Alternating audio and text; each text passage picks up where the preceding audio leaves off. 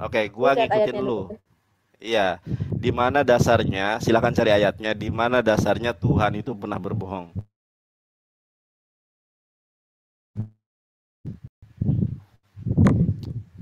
Bukan Saya berbohong tunggu. sih, Lo tapi enggak, aku dia tuh pertanyaannya, apakah Tuhan itu pernah berbohong?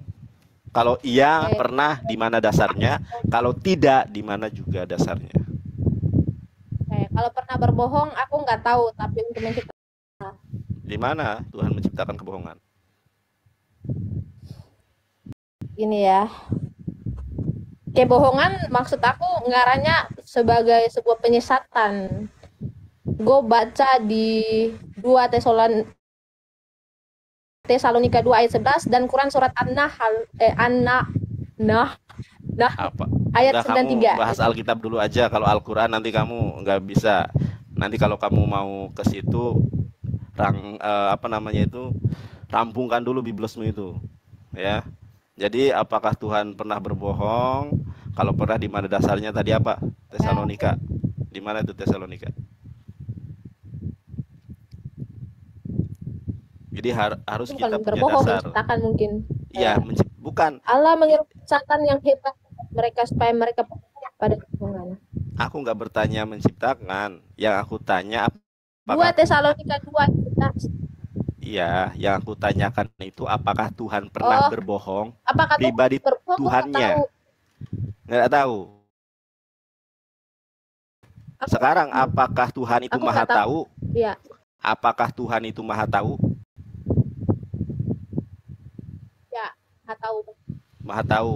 Sekarang kamu baca, ayat yang akan kamu Hmm? bacakan itu meluluh lantahkan bahwa Tuhan, bahwa Yesus itu maha kuasa. Nah, kamu lihat nih, ya. Matius Oke, 24:36. mana? Matius 24:36 akan meluluh Bentar ya. lantahkan bahwa Yesus itu maha kuasa. Masih banyak ayat-ayat yang lain. Kita preteli satu persatu. Tapi tentang hari dan saat itu tidak seorang pun yang tahu, malaikat-malaikat di sorga tidak, dan anak pun tidak, hanya Bapa sendiri. Itu ya? Tuh, iya, ya. Kenapa saya tadi katakan apakah Tuhan itu berbohong? Berkenaan dengan ini. Hmm. Apakah Tuhan itu maha Oh tahu? iya. Berkenaan dengan ini. Kalau Tuhan maha tahu, ternyata Yesus tidak maha tahu. Jadi Yesus tidak punya kuasa. Yang punya kuasa adalah Bapa, yang di dalam bahasa Ibraninya itu Allah atau Elohim. Bukan Elohim sebenarnya, Eloah, yaitu Allah, pribadi yang satu, yang dipanggil oleh sosok yang disalib itu, Eli Eli lama syabaktani. Ya Allah, ya Allah, ya Allah, mengapa engkau meninggalkan aku?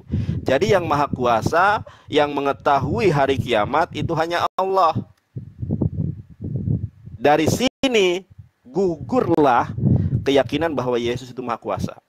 Kemudian di ayat yang lain, ya, ada lagi nih contoh, ya, saya kasih sama kamu nih. Di dalam Yohanes, Yesus,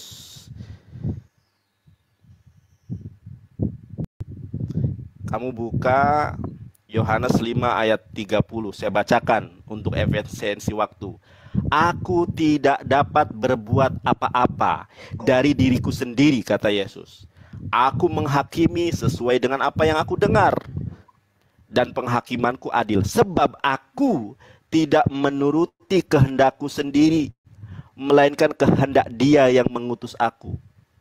Baik Matius 7, Matius berapa tadi?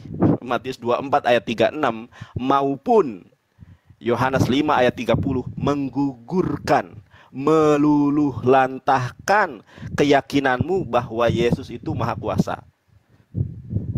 Keyakinan Irana mengenai Yesus maha kuasa telah gugur. Lalu, apakah Yesus maha pencipta? Ternyata Yesus itu diciptakan, De Irana. Makanya saya tadi tanya, De Irana ini dari gereja mana? Dari gereja Protestan. Baik gereja Protestan, Ortodok, Reformed, ya, Lutheran dan lain sebagainya meyakini Wahyu 3:14 adalah Yesus. Ternyata Yesus itu adalah ciptaan.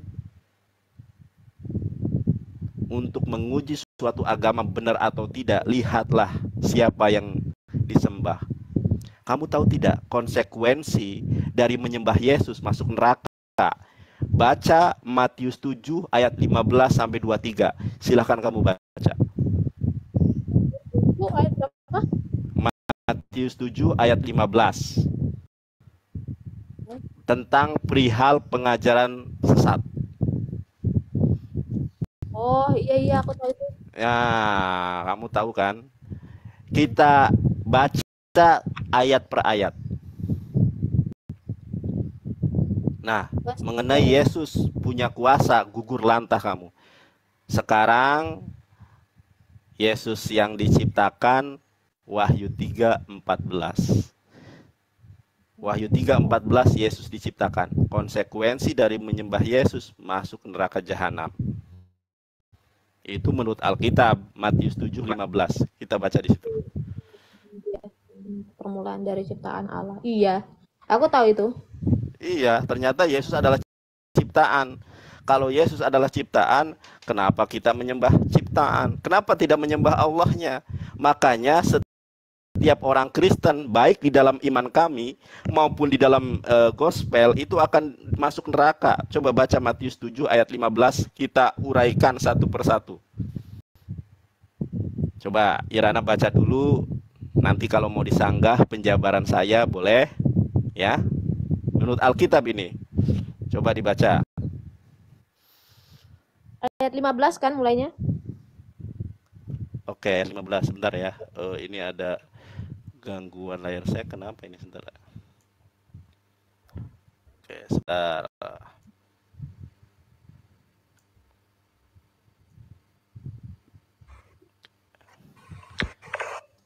Oke, lanjut. Silakan dibaca, dibuka maksud saya. Matius 7 ayat 15 kan? Iya, Matius 7 ayat 15. Silakan dibaca. Oke. Kamu baca, perikopnya apa di situ? Perikopnya? Pengajaran yang sesat. Ya. Waspadalah terhadap nabi-nabi palsu yang datang kepadamu dengan menyamar seperti domba, tetapi sesungguhnya mereka adalah serigala yang buas. Sekarang saya tanya dulu, kita kupas satu ayat per ayat. Yang dimaksud domba di dalam agama Kristen itu apa sih? Kamu tahu nggak? Pernah diajarkan nggak domba itu apa? Pengikut Kristus kan? Nah, yang dimaksud domba itu adalah pengikut Kristus. Pertanyaan saya, nabi palsu yang mana yang pernah menyamar menjadi pengikut Kristus? Nah, ini dites dulu ini. Siapa? Karena umat Kristen menuduh Nabi Muhammad, sedangkan Nabi Muhammad tidak pernah ngaku-ngaku jadi Kristen. Makanya sekarang saya tanya, di dalam Matius 7 ayat 15 ada nabi-nabi palsu yang menyamar jadi Kristen, jadi pengikut Kristus. Siapa dia? Ayat Alkitab itu diyakini oleh Kristen Protestan maupun Katolik itu ada 3 sola nih. Aku ajarin nih Rana. Sola Scriptura, sola fide, sola gratia. Sola fide dan sola gratia kesampingkan.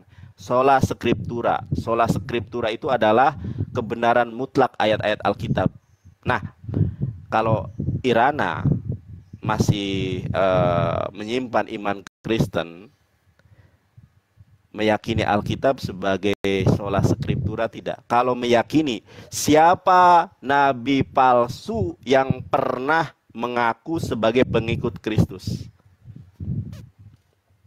Nah, ini harus diidentifikasi nih. Karena di dalam perikopnya jelas pengajaran sesat dan nabi palsu. Pertanyaannya, nabi palsu mana yang pernah mengaku sebagai pengikut Kristus, percaya kepada Kristus? Siapa itu?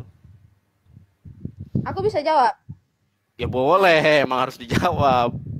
melepas tuntas makna Kristen itu sebagai pengikut Kristus. Berarti bukan orang-orang yang disebut Kristen aja, tapi orang yang mengakui Yesus Kristus gitu loh. Dan mungkin kalau di pemahaman Kristen, ada orang-orang Kristen yang mengatakan bahwa orang yang berpemahaman seperti saksi Yehova, aliran saksi Yehova atau Unitarian itu adalah yang dimaksud dari ayat ini. Kedua, itu bisa saja bilang bahwa bisa saja Islam Nabi Muhammad, yaitu di Quran surat Al-Baqarah ayat 135 sampai 136 dengan definisi Kristen mengatakan bahwa mengikuti ajaran-ajaran Kristus itu adalah salah satu definisi dari Kristen. Dan di sini menerangkan bahwa Al-Quran juga meminta kepada orang-orang Islam untuk mengimani Allah, bahkan nabi-nabi yang ada sebelumnya. Ada nggak?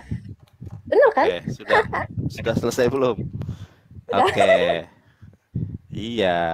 Nah, di situ adalah kamu tahu nggak fiil madi dan fiil mudhari? Kamu tahu nggak di dalam bahasa Ibrani itu ada yang namanya tensis atau apa namanya itu binyanim, yang namanya hove dan abar dan atid. Kalau abar masa lalu, kalau atid masa akan datang, kalau hove masa yang sekarang. Nah, bentuk dari ayat itu adalah sudah berlalu, sudah menemui para murid. Nah, makanya saya tanya, siapakah orang yang pernah bertemu dengan orang-orang terdekat Yesus dan dia itu adalah nabi palsu yang menyamar jadi Kristus, pengikut Kristus, atau orang yang percaya kepada Yesus Kristus? Langsung saja Kisah Para Rasul 13 ayat 1 kamu baca di situ. Coba Kisah Para Rasul 13 ayat 1. Itu nabi palsu yang dijanjikan oleh Yesus, yang disebutkan di dalam Matius 7 ayat ke-15. Matius berapa sih tadi? Kisah Para Rasul 13 ayat 1. Itu adalah nabi palsu yang dijabarkan oleh Yesus di dalam Matius 7 ayat ke-15. Kisah Para Rasul 13 ayat 1. Kamu baca tuh, ada pengajar-pengajar. Makanya perikop di dalam Matius 7 ayat 15 itu pengajaran sesat dan nabi palsu. Siapa nabi palsu yang mengajarkan kesesatan itu? Baca Kisah Para Rasul 13 ayat 1. Pada waktu itu dalam jemaat di Antioch ya ada beberapa nabi dan pengajar, yaitu Barnabas dan Simeon yang disebut Niger, dan Lukius orang Kirene, dan Menahem yang diasuh bersama dengan raja wilayah Herodes, dan Saulus. Nah, Saulus ternyata nabi dia. Yang pernah mengaku menjadi orang yang percaya. Kamu tahu Stefanus tidak? Iya tahu. Tahu siapa Stefanus? Hah? Dilempari batu itu kan? Iya, Stefanus itu yang meninggal dunia dirajam, yang dilempari batu. Kamu tahu nggak siapa yang menyebabkan Stefanus martir? Nggak tahu. Nggak tahu. Ini nabi palsu yang di dalam Kisah Para Rasul 13 ayat 1. Paulus. Iya, Paulus, bener. Karena Paulus ini adalah, kamu tahu tidak, kenapa Alkitab tidak pernah mencatat silsilah Paulus? Kenapa? Kamu tahu tidak? Kalau silsilah Yesus, meskipun ada kontradiksi, itu ditulis Yesus anak ini, Yesus anak ini. Tapi pertanyaannya, kenapa Saulus tidak ada silsilahnya? Kenapa? Kamu tahu tidak? Pernah bertanya tidak? Hah? Iya, nggak pernah tanya sih. Karena murid-murid Yesus pun nggak ditulis silsilahnya. Kenapa kok bisa begitu? Ya nggak penting mungkin, atau nggak ditemukan gitu loh. Penting, bukan nggak ditemukan, karena si Paulus ini orang oleh Yesus. Nih, oke ya, kita kembali ke Matius 7 ayat 15. Nanti melebar kemana-mana soalnya. Nah, kita kembali ke Matius 7 ayat ke-15. Orang yang pernah menemui bukan menemui Yesus, itu Paulus. Nabi dia. Kisah Para Rasul 13 ayat 1, dia itu nabi. Ini bukan perkataan saya. Silahkan dibaca di dalam original teksnya bahwa Paulus itu nabi. Nabi yang disebutkan di dalam Matius 7 ayat 15 yang mengadakan pengajaran sesat. Kamu tahu tidak? Nih aku sebutkan ya. Salah satu di dalam 2 Korintus 12 ayat ke-16. Kamu buka di dalam Bible Hub, kalau tidak percaya, saya sebutkan di dalam bahasa Yunani dan Indonesianya. Baiklah aku sendiri, kata Paulus, tidak merupakan suatu beban bagi kamu. Tetapi dalam kelicikanku aku menjerat kamu dengan tipu daya. Itu si Paulus dengan jujur mengatakan bahwa dia menjerat orang-orang Oten dengan tipu daya. Makanya Yesus mengatakan, jangan percaya kepada orang-orang yang mengatakan aku telah melihat Mesias di sini, aku telah melihat Mesias di sana. Yang mengatakan aku telah melihat Tuhan di padang gurun. Siapa yang mengatakan Mesias di sini, Mesias di sana, melihat Tuhan di padang gurun? Paulus, ketika dia pergi ke Damsyik dengan kesaksian yang berbeda antara pasal yang satu dengan pasal yang lain. Di pasal yang lain mengatakan orang-orang yang mengikutiku melihat tetapi tidak mendengar suaranya. Tapi di ayat yang lain mendengar tapi tidak melihat sosoknya. Ada kontradiksi. Kenapa? 2 Korintus 12 ayat ke-16 ternyata Paulus itu menjerat orang Kristen dengan apa? Baiklah aku sendiri tidak merupakan suatu beban bagi kamu, tetapi dalam kelicikanku aku telah menjerat kamu dengan tipu daya. Sekarang saya mau bertanya, yang makhluk Tuhan yang sering melakukan menjerat dengan kelicikan dan tipu daya itu siapa? Beelzebul, iblis. Hati-hati kamu. Makanya kamu ragu dengan agama Kristen itu suatu keberuntungan. Harus kamu menerima kebenaran Islam. Begitu. Tadi 2 Korintus berapa sih? 2 Korintus 2 ayat 12 saya bacakan di dalam bahasa Yunaninya. Sekarang zaman digital, bisa dicek ya. Ini saya baca dalam bahasa Yunaninya ya. Nih. Ini yang atas bahasa Indonesia, ini yang bawah bahasa Yunani. Saya baca ya. Enggak, ini tulisan si Paulus, masa ada bismillahnya? Bentar. Esto de hego au katebaresha humas al yufarhon fanorgos dolo humas elabon. Kamu tahu tidak? Untuk menutupi sifat jelek dari Paulus ini, LAI sengaja menambahkan diksi seolah-olah itu bukan perkataan Paulus. Apa diksi itu? Kamu baca sendiri, 2 Korintus 12 ayat ke-16. Baiklah, aku sendiri tidak merupakan suatu beban bagi kamu, tetapi kamu katakan. Dalam original teksnya tidak ada diksi kamu katakan. Makanya di situ dikasih tanda strip. Karena itu bukan perkataan aslinya. Itu hanya untuk menutupi sosok Paulus.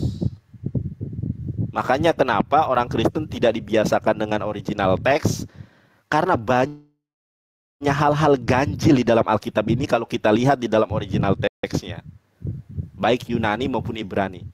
Saya praktisi Ibrani dan Yunani, kalau ngomong kayak gini bisa dipertanggungjawabkan. Lihat YouTube saya berbicara dengan orang Israel asli. Gitu deh Irana. Dia Irana kalau sudah ragu nggak apa-apa, setelah ini saya syahadatkan ya. Gimana? Belum Lo nggak apa-apa daripada Anda masuk neraka menyembah manusia. Belum. Oke. Lanjut. Oke ya.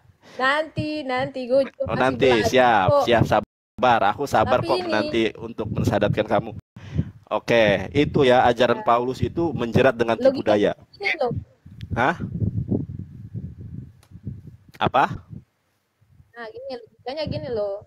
Kalau gue bicara pakai logika deh. Misalnya gue mau buat tulisan. mau Hmm. buat tulisan, mau meyakini orang akan tulisan gue gak akan tulis kayak gitu. Jadi ya menurut gue udah tepat terjemahan dari LAI yang menambahkan strap itu karena mungkin kita nggak tahu ada apa ya diksi ya, aku nggak tahu ya. Aku nggak tahu Oh, grammar jadi aku nggak bisa usah ngomongin itu, tapi yang penting logikanya ya gue kalau buat tulisan nggak mungkin gue tulis kayak gitu untuk malah nanti jatuhnya menjatuhkan harga diri gue gitu loh. iya, itu something wrong itu. Makanya dikasih tanda stripnya. Makanya untuk mengetahui keberadaan ayat itu benar atau tidak, baca original teksnya. Kamu tahu tidak, Islam itu tidak pernah mengenal terjemahan sebagai kitab suci. Ingat, Islam tidak pernah mengenal terjemahan sebagai kitab suci. Di dalam hadis maupun di dalam Al-Quran, bahkan di dalam hadis. Saya bukan ustadz ya. Ingat, kamu kalau memandang saya, melihat saya, jangan pernah menganggap saya sebagai ustadz. Karena ustadz itu yang alim, yang soleh. Kalau saya enggak. Man qara'a harfan min kitabillah falahu bihi hasanatun. Wal hasanatu bi asri amsaliha la aqulu alif lam mim harfun walakin alifun harfun walamun harfun wa mimun harfun. Di dalam hadis, Islam tidak pernah menyebut kitab suci sebagai terjemahan. Di dalam hadis yang tadi saya bacakan, barang siapa membaca satu huruf dalam Al-Quran, falahu bihi hasanatun, maka baginya satu kebaikan. Wal hasanatu bi asri amsaliha, satu kebaikan itu dilipat gandakan menjadi 10 kebaikan. Kata Rasulullah SAW, la akulu, aku tidak mengatakan alif lam mim harpun, bahwa alif lam mim itu satu huruf. Walakin, akan tetapi, alifun harpun, walamun harfun, wa mimun harfun. Jadi di dalam Islam itu tidak pernah mempercayai bahwa terjemahan itu adalah kitab suci. Makanya Al-Quran diterjemahkan ke dalam bahasa apapun, bahasa Yunani, bahasa Yunani, bahasa Inggris, bahasa Indonesia, maka mesti ada bahasa Arabnya, karena itulah yang disebut Quran. Ada bahasa Indonesia, bahasa Inggris untuk memahami saja, karena kita belum belajar bahasa Arab. Kalau Alkitab, kamu tahu nggak, ini terjemahan semua ini. Ada yang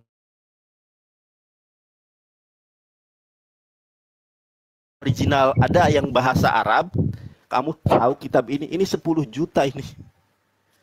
Apakah setiap orang Kristen punya Alkitab yang ada bahasa Arab dan terjemahannya? Ini 10 juta. Tidak setiap orang Kristen dapat memilikinya. Bahkan di online shop pun tidak ada. Terus bahasa Ibrani, bahasa Yunani. Apakah kamu punya yang kayak gini? Nih, saya tunjukkan sama kamu. Ya. The Greek New Testament, Alkitab dalam bahasa Yunani, kamu punya? Kan enggak. Tapi hampir setiap orang Islam, bukan hampir, seluruh umat Islam yang mengaku Islam pasti punya Quran, dan Qurannya berbahasa Arab. Dan punya Alkitab, tetapi bahasa Yunani, bahasa Ibrani saja jarang yang bisa. Makanya saya katakan, untuk mengetahui terjemahan itu salah atau tidak, lihat original teksnya. Ini dunia digital. Kamu bisa rekam saya, atau orang lain pun bisa merekam saya. Apa yang saya bacakan ini benar atau salah? Ternyata 2 Korintus 12:16 di dalam bahasa Yunaninya, esto de ego au kate baresa humas al farhon panorgos dolo humas elabon. Kata si Paulus, baiklah, aku sendiri bukanlah suatu beban buat kamu, kata si Paulus. Ya. Tetapi kata si Paulus, dalam kelicikanku dolo humas elabon, telah menjerat kamu dengan tipu daya. Tapi coba terjemahannya, malah dikatakan seolah-olah menyalahkan orang lain, padahal ini perkataan si Paulus. Makanya untuk menguji suatu agama itu benar atau tidak, lihat yang pertama adalah Tuhannya.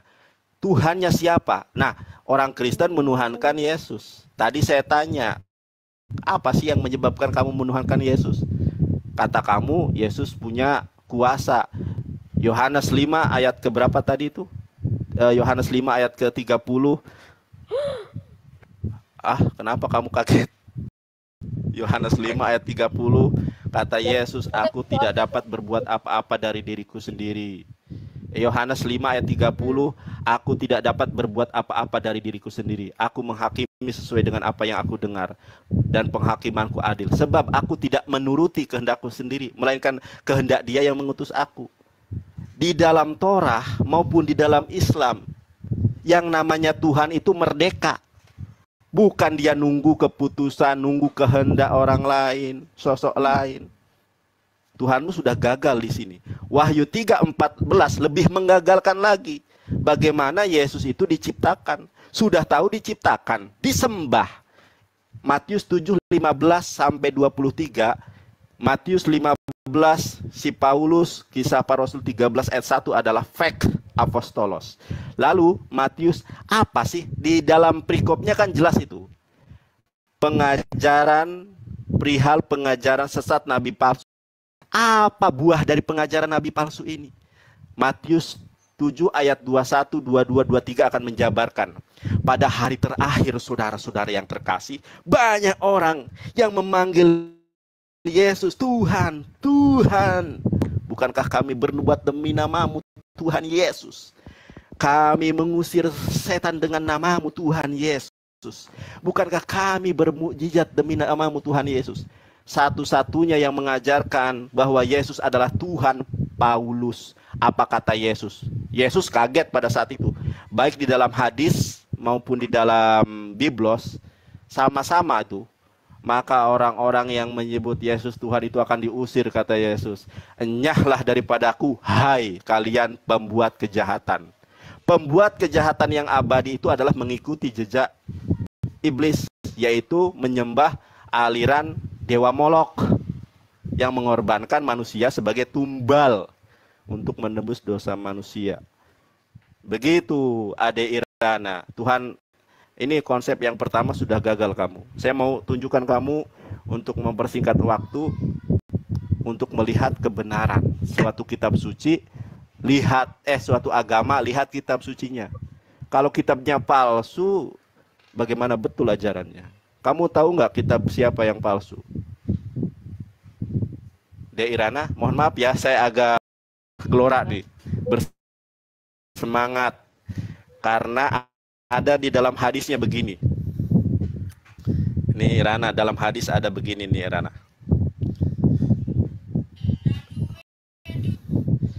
Paullahi la an yuhdabika rajulun wahidun khairul.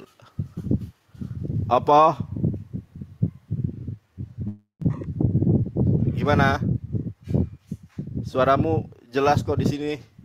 Suaraku jelas enggak? Irana? Ya, si Irana ini. Kena gangguan roh penyesat nih.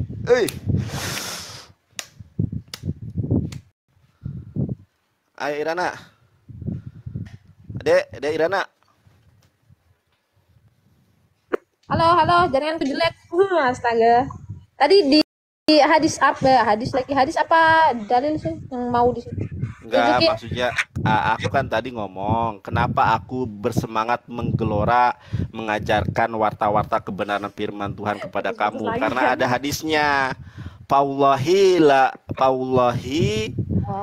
an yuhdabika rajulun wahidun khairulaka min humri na'ami.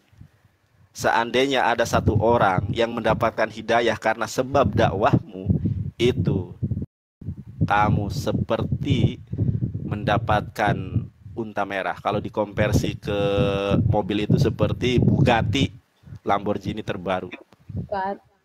Jadi kalau kamu mendapatkan hidayah sebab saya, itu saya dapat pahala banyak. Makanya saya bersemangat menyelamatkan kamu dari kebinasaan menyembah manusia. Karena menyembah manusia itu pasti masuk neraka. Dalil Al-Qur'annya ada.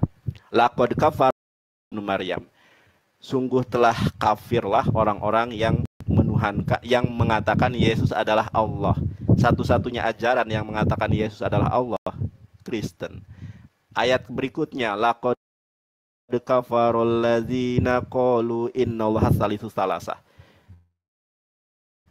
Dan sungguh telah kafirlah orang-orang yang mengatakan Tuhan itu Tritunggal. Jadi yang wanes kena, yang Tritunggal kena. Al-Bainah ayat 78, innalladzina kafaru min ahlil kitabi wal musyrikina finari jahannam khalidina fiha. Orang-orang kafir di antara Kristen dan Yahudi akan masuk neraka jahanam selama-lamanya. Makanya saya semangat kalau ada satu pribadi yang dimenangkan Tuhan. Satu pribadi yang dimenangkan Tuhan, satu keluarga harus diselamatkan. Satu keluarga diselamatkan, satu kecamatan, satu negara harus diselamatkan Tuhan. Haleluya. Terpujilah Allah Subhanahu wa taala. Begitu De Irana. Kita kembali ke topik. Bahas ketuhanan tentang ujian yang pertama. Sudah puas atau belum?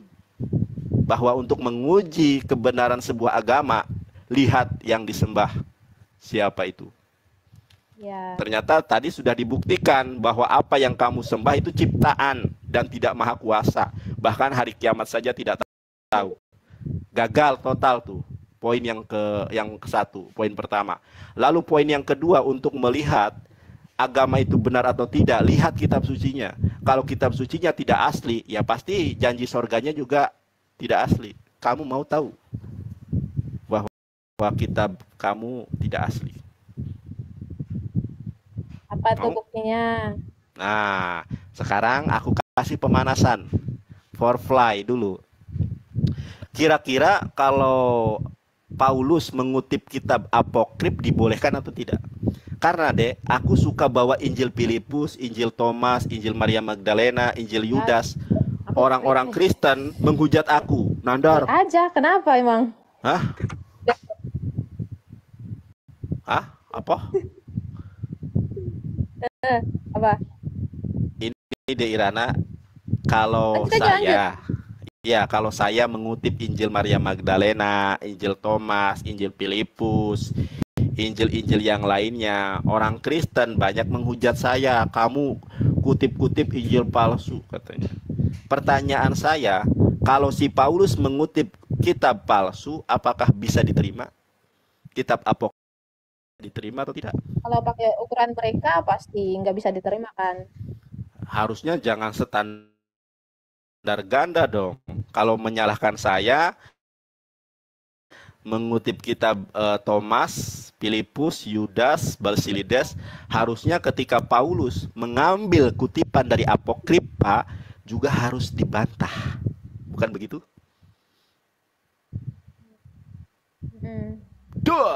Oke, saya tunjukkan langsung ya. Saya tunjukkan langsung kalau Paulus itu mengutip kitab apokrip di dalam 1 Korintus 2 ayat 9.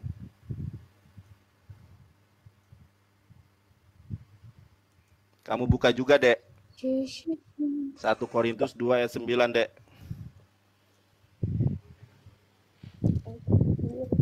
Saya gedein layar saya dulu ya. Silakan. 9 ayat berapa? 1 Korintus 2 ayat 9. 9 ayat berapa? 1 Korintus 2 ayat 9. Tentang kenikmatan sorgawi. Kan Yesus kan pernah ngomong, kita tidak akan meminum lagi kecuali nanti di kerajaan sorga. Jadi di dalam kerajaan sorga itu ada makan, ada minum. Yesus kan bilang gitu di perjamuan kudus. Apa yang tidak pernah dilihat? Ayat 9 loh, apa yang tidak pernah dilihat? Dari pertama. Mata dan tidak pernah didengar oleh telinga. Iya. Dan yang tidak pernah timbul di dalam. Tetapi seperti yang tertulis, apa yang tidak pernah dilihat oleh mata dan tidak pernah didengar oleh telinga dan yang tidak pernah timbul di dalam hati manusia, semua yang disediakan Allah untuk mereka yang mengasihi Dia. Sudah. Ya, pertanyaan saya. Oh, itu kutipan dari. Ya, coba sekarang saya tanya, kamu cari dalam perjanjian lama maupun perjanjian baru, ada tidak ayat yang tertulis seperti itu? Ayo, sampai kiamat ini terjadi. Iya, sampai kiamat ini, nggak usah dicari, sampai kiamat ini terjadi, tidak pernah ada ayat tertulis seperti itu. Ada nih loh. Di mana? Coba kamu baca ayat mana dulu. Coba, kamu mau buka apa, saya tahu itu. Gue baca ya. Yeremia. Kamu mau buka apa? Apa? Bukan. Aku tahu. Yesaya. Apa? Yesaya boleh. Yesaya 64 ayat keempat sampai 6, Yeremia 3, 15, 16. Kamu baca satu persatu, sama apa enggak? Ya, betul. Aku tuh sudah 4 ayat tahu apa 4. yang mau kamu katakan. Yesaya 64 ayat ke-6, Yeremia 3, 16. Kamu baca coba. Ya, ya, Sekarang kamu baca Yesaya 64 ayat ke-6, sama tidak bunyinya dengan 1 Korintus 2 ayat 9? Beda konteks, saya sudah baca itu. Yesaya 64 ayat 4 ya, bukan ayat 6. Ayat 4 Iya, ini coba aku baca. baca. Coba, Tidak coba ada baca. telinga yang mendengar dan tidak Se- ada mata yang melihat seorang Allah yang bertindak bagi orang yang menanti-nantikan dia, hanya Engkau yang berbuat demikian. Oke. Jadi tidak ada yang melihat seorang Allah, seorang Tuhan kan. Sedangkan di dalam 1 Korintus 2 ayat 9 apa? Saya bacakan ya. Tetapi sebab ada tertulis apa yang tidak pernah dilihat oleh mata, beda diksinya. Apa yang tidak pernah didengar oleh telinga, beda diksinya. Dan apa yang tidak pernah timbul di dalam hati manusia, semua yang disediakan Allah untuk mereka yang mengasihi Dia. Kita belajar bahasa Indonesia sejak kelas 2 SD, kelas 3 SD. Bahkan kelas 1 juga sudah dipelajari, tetapi intens kita belajar bahasa Indonesia kelas 4. Diksi berbeda Yesaya 64 ayat keempat dengan yang dikutip Paulus. Yang dikutip Paulus tentang kenikmatan sorga, yang kamu bacakan itu tentang melihat Allah. Beda guys.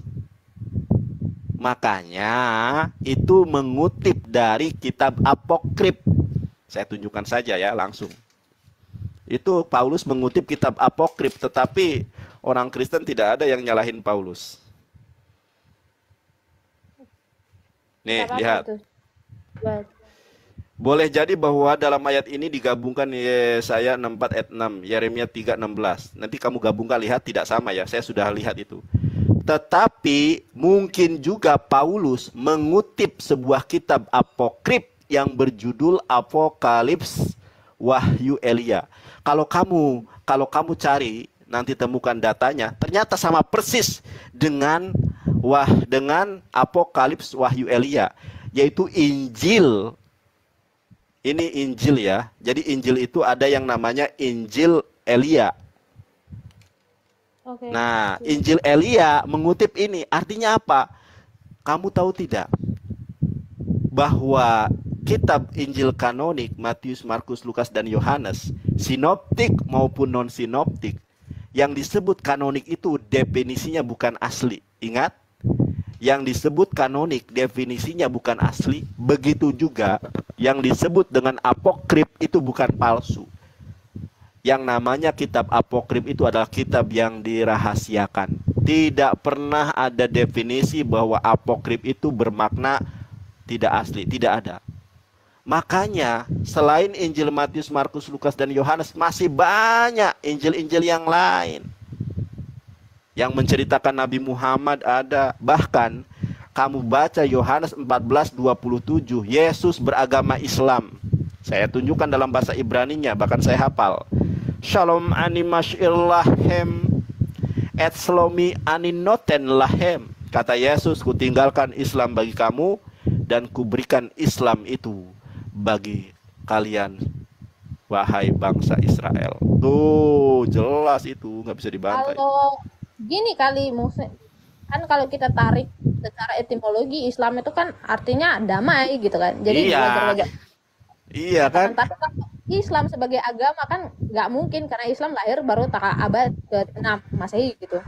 Oh, Islam itu nggak pernah orang Islam mengaku Islam itu lahir 1400 tahun yang lalu. Nggak ada, Dek. Ya, Terus Islam itu lahir soal yang tadi semenjak Adam. Oke, Oke, jadi terserah kalau klaim itu. oke, sekarang kamu mau tahu nggak ayat palsu dalam Alkitab? Ya, Mau? silakan. Nih, aku tunjukkan Mau ya. aja sih. Iya, biar kamu paham, agar kamu memahami kebenaran. Aku bukakan langsung kodeksnya dalam bahasa Yunani ya. Caranya begini, aku kasih tahu caranya kamu. sebentar. Caranya begini. Sebentar ya.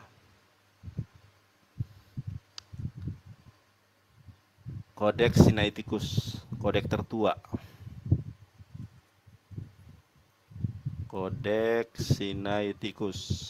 Sinaiticus.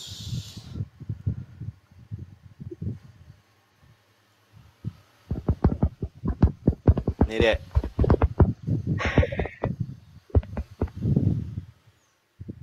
Nih, Dek, lihat, Dek. Udah kelihatan belum? Ini ya, sebentar aku besarin layar aku nih. Kamu kan kamu kan kuliahan nih. Aku juga pernah mengalami fase-fase kuliah. Ini namanya Kodeks Sinaiticus. Kamu tahu nggak Kodeks Sinaiticus itu apa? Kalau nggak tahu, nanti saya jelaskan apa itu Kodeks Sinaiticus. Nggak tahu, iya. Nggak tahu. Jadi kodeks itu sinonimnya the book atau buku ya, atau dalam bahasa Arab mushaf. Kodeks Sinaiticus ini adalah kodeks tertua kedua dalam bahasa Yunani setelah Vatikanus. Isinya hampir sama, meskipun ada yang berbeda. Tetapi kalau Vatikanus sudah nggak ada ya, nggak ada ininya, sudah nggak ada. Yang tersisa Kodeks Sinaiticus yang diciptakan pada tahun 360 Masehi. Ini kodeks yang paling tua dalam bahasa Yunani. Tidak ada kodeks kekristenan yang paling tua selain Kodeks Sinaiticus dalam bahasa Yunani dan Kodeks Vatikanus. Kita tunjukkan, saya akan buktikan bahwa Alkitab Anda itu menurut Alkitab Anda sendiri adalah tidak asli. Di dalam Markus, nah kita buka deh Markus. Markus 15 nih dek ya. Markus 15. Kita buka, lihat.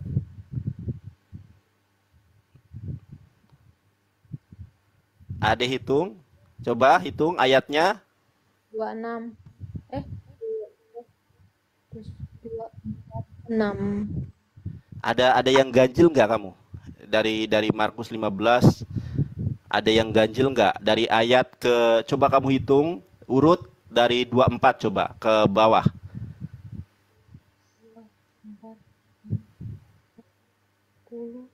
12 sampai 36 ya? Enggak, kamu urut dari 24 sampai 30. Ada yang ganjil enggak? Oh. Iya, 28 enggak ada. Nah, pertanyaan saya, kenapa 28 enggak ada? Itu aku pernah dapat jawaban ya. Katanya misalnya ya, di original text misalnya ada dari ayat 27 batas 28, terus mereka buat jadi 2 ayat gitu loh. Kayak kalimatnya itu dipisah. Oke, boleh saya, ini ketidakjujuran ya, maksudnya ketidakjujuran orang yang menjawab ini. Ingat, itu bukan digabung. Ya, itu bukan digabung. Saya dapat mempertanggungjawabkannya bahwa itu tidak digabung. Tetapi memang itu ayat yang kosong. Ya, Markus 15 ayat ke-28 itu kosong. Ya, 27 langsung ke 29. Makanya kita lihat cross check-nya di dalam terjemahannya, bener enggak ayat itu kosong. Nah, Markus 15 ayat ke-28. Nih, kalau dalam terjemahan ada. Nah, kita lihat nih, Dek. Nah, ternyata kamu lihat ini, ternyata Markus 15:28 dalam terjemahan itu ditanda kurung. Kamu tahu tidak kenapa ditanda kurung? Karena aslinya ayat ini tidak ada. Lalu kenapa ayat yang tidak ada menjadi ada? Ayo. Nah, tambahin kali ya, itu wajar. Nah, kalau ditambahin berarti tidak asli. Versi paralel tafsiran, kita lihat tafsirannya nih, tafsiran yang otoritatif. Kamu baca sendiri nih. Silakan kamu yang baca, yang kencang bacanya. Ayat ini tidak lain kecuali kutipan Yesaya 53 ayat 12. Tidak terdapat dalam dalam kebanyakan naskah dan dalam Markus tidak asli. Nah, kalau tidak asli, nah, tadi kan sudah dibilang sama saya, kalau kitab suci sudah tidak asli, ajarannya pasti tidak asli, Tuhannya pasti tidak asli. Itu baru satu ayat. Saya bisa menunjukkan lebih daripada itu. Kamu mau nggak saya tunjukin lagi? Biar kamu meyakini, Banyak sih yakin. kalau yang Oke, saya soal tunjuk. buka kurung, tutup kurung itu aku pernah nemu banyak ya. Ya, Dan enggak, ini kalau itu bukan kalau tanda kurung, buka kurung itu kan ini ya, terjemahan. Tapi terjemahannya ditambahi. Saya tunjukkan original teksnya. iya, Sabar ya. Ayatnya ntar. Saya tunjukkan original teksnya. Makanya kenapa saya belajar original teks itu bukan untuk hebat-hebatan, bukan untuk gagah-gagahan, bukan untuk pintar-pintaran. Saya sayang sama orang Kristen, jujur. Saya nggak mau mereka ini masuk neraka karena menyembah Tuhan yang tidak benar. Itu motif dan tujuan saya belajar Ibrani dan Yunani. Bukan sok-sok pinter, sok apa. Saya itu nggak terlalu pinter aslinya. Cuma saya itu punya kasih sayang yang berlebih. Saya ini kalau sudah sayang sama satu perempuan, sayang banget, dijaga banget gitu kan. Sama, saya kalau udah sayang sama orang Kristen pasti saya sayangi setulus hati saya. Makanya saya belajar original teks agar mereka paham bahwa ajarannya tidak benar gitu loh. Nih, ntar ya, banyak soalnya, wih banyak banget ini satu. Kalau di kalau kita bahas itu bisa bisa berhari-hari ya. Ntar deh, siapa namanya, De Irana.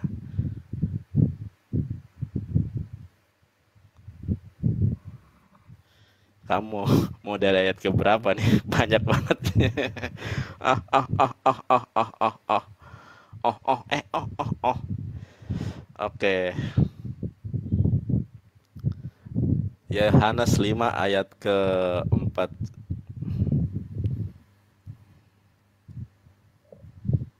Nih, aku tunjukkan nih.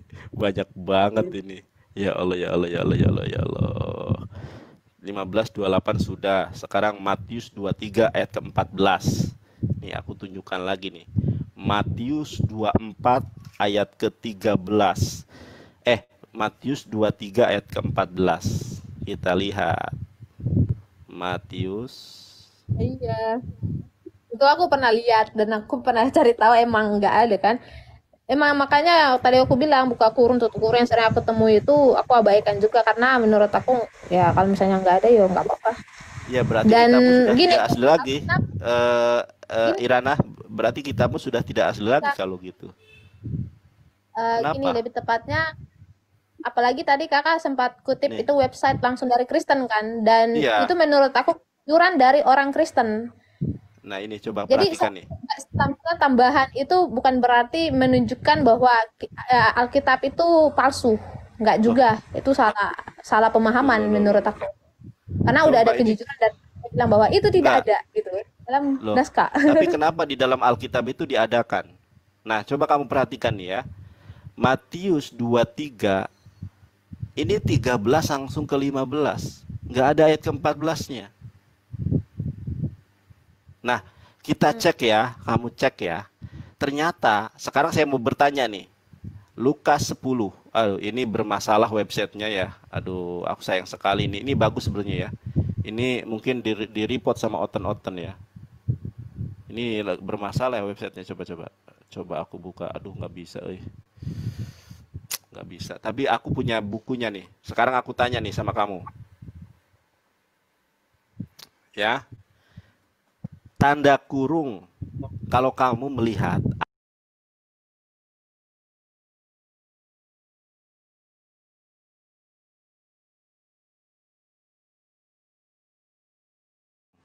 Kalau kamu melihat.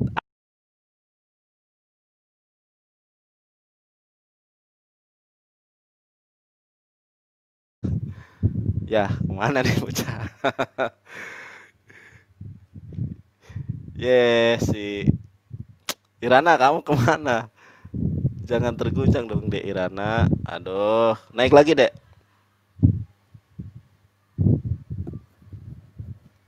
Naik, Dek, naik. Aduh, kemana nih?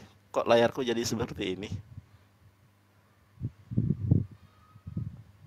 Oh, dia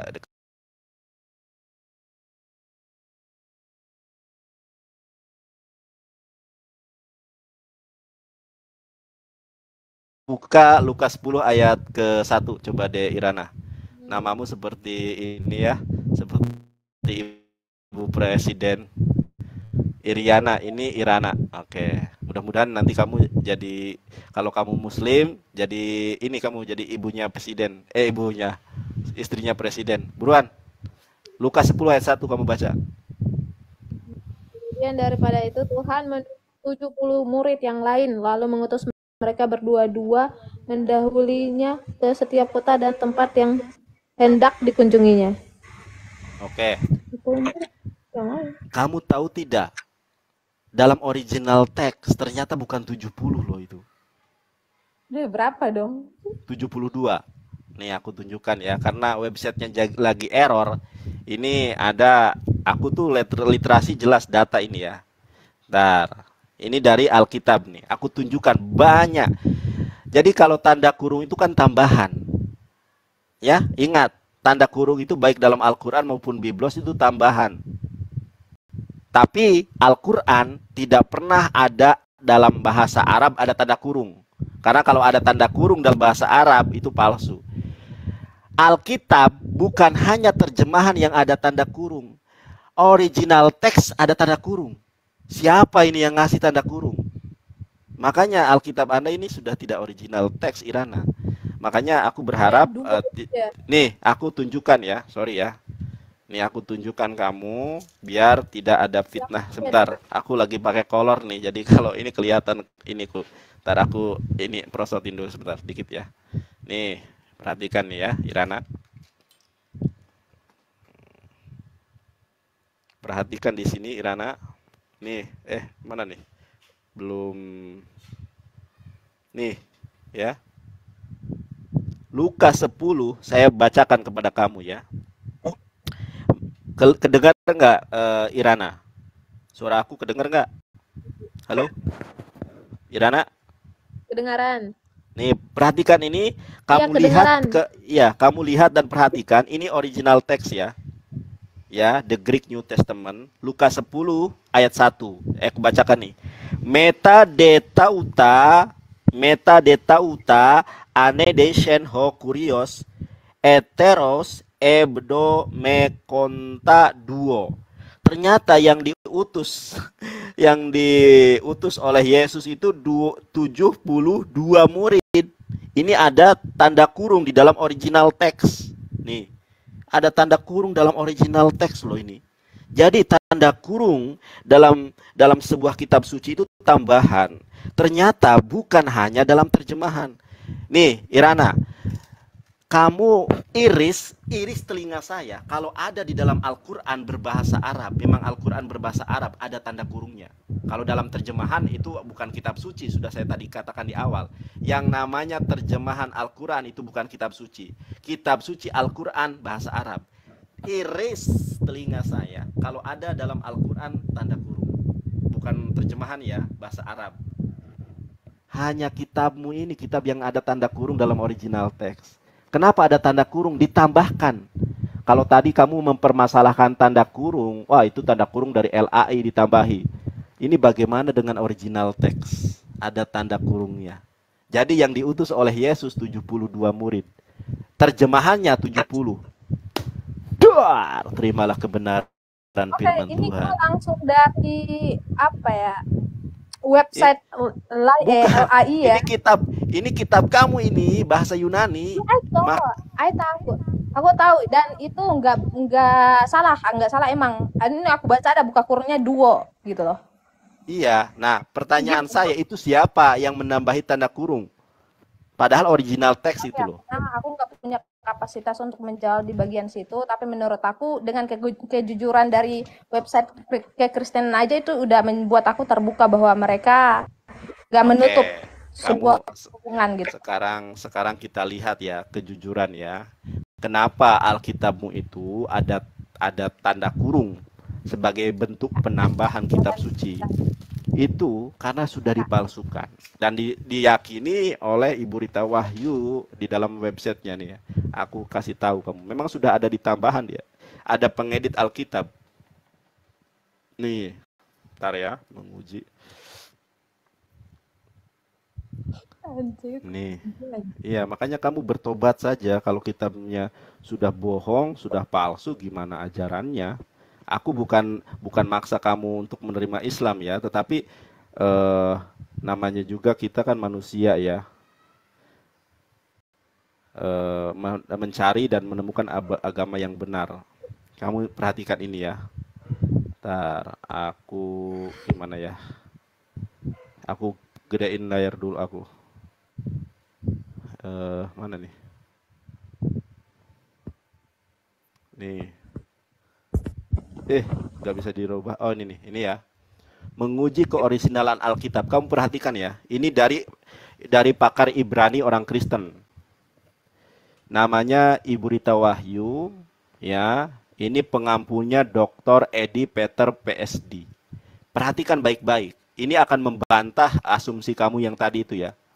Kejujuran LAI nggak jujur, justru ditambahkan. Alkitab adalah firman Allah yang maha benar. Oleh sebab itu, Alkitab harus benar dalam setiap statement maupun pencatatannya. Ternyata pencatatannya amburadul. Tadi kamu sudah melihat ya, ada yang ditambahi, ada yang dikurangi. Jikalau ada kesalahan sekecil apapun dalam pencatatan Alkitab, ataupun pertentangan-pertentangan antara satu dengan yang lain, maka pemberi Alkitab bukanlah Allah yang maha benar.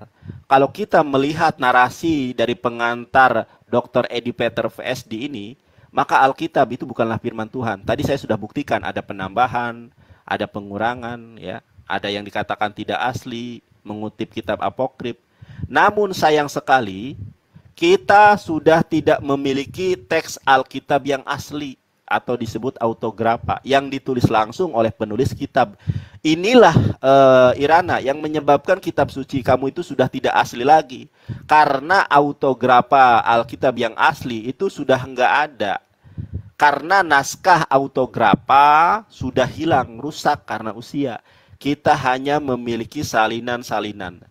Nah, ketika memiliki salinan timbul satu problem. Dan yang menjadi persoalan adalah dari sekitar 5.000 lebih salinan atau yang disebut sebagai manuskrip tidak memiliki kesamaan yang mutlak dalam penyalinan catatan-catatan detailnya. Oleh karena itu, untuk mengedit tuh, ternyata manuskrip itu diedit. Makanya kenapa tadi saya tunjukkan ada tanda kurung, ada perubahan. Nah, coba perhatikan ini. Di antara para pengedit Alkitab ada dua kelompok editor yang terkenal, yang mana hasil editannya banyak dipakai oleh orang Kristen di seluruh dunia. Alkitab itu mengalami editor. Bukan hanya saya ketika buat video yang diedit dulu. Alkitabnya Ade Irana itu sudah mengalami perubahan atau editing, ya. Kalau yang melakukan itu disebut editor, prosesnya disebut editing. Mereka adalah Westcott Hort dan Desiderius Erasmus. Westcott Hort dan pengikutnya menghasilkan Alkitab Perjanjian Baru yang disebut critical text. Sedangkan Desiderius Erasmus dan pengikutnya menghasilkan Perjanjian Baru yang disebut Textus Receptus. Dari dua teks yang dihasilkan ternyata memiliki banyak perbedaan yang mencolok. Yang mana critical text banyak melakukan penghapusan kata, perubahan arti-arti kata tertentu. Kamu tahu tidak bahwa Alkitab kamu di dalam Yohanes 16 ayat ke-12 13 Yesus menjanjikan ruaha emet, fonetik spellingnya Ehmet Ahmad. Ada itu, Yesus menyebut nama Ahmad di dalam Alkitab. Tetapi para pengedit Alkitab itu tidak mau menerima, sehingga mereka robah menjadi Emet, padahal itu Ahmad. Sebagaimana firman Tuhan di dalam Quran surat As-Saff ayat ke-6. Wa idh qala Isa ibnu Maryam ya bani Israila inni Rasulullah ilaikum. Ini Rasulullah ilaikum musaddiqan lima baina yadayya minat Taurati wa mubassiran bi rasul ya'ti min ba'di ismuhu Ahmad. Dan ingatlah ketika Yesus Kristus mengatakan kepada bangsa Israel, wahai bangsa Israel, aku ini utusan Allah. Bukan firman yang jadi manusia, kata Yesus. Bukan aku adalah hadafar, bukan. Kata Yesus, aku ini adalah nabi, aku ini adalah utusan Allah kepada kamu saja. Sebagaimana di dalam Matius, aku diutus kepada domba-domba yang hilang dari bangsa Israel. Bukan untuk domba Malaysia, Singapura, Indonesia, tapi domba dari suku Israel yang 12 itu. Nah, kata Yesus, aku membenarkan kitab sebelumku yaitu Torah, dan memberikan warta kebenaran firman Tuhan, kabar gembira, dengan seorang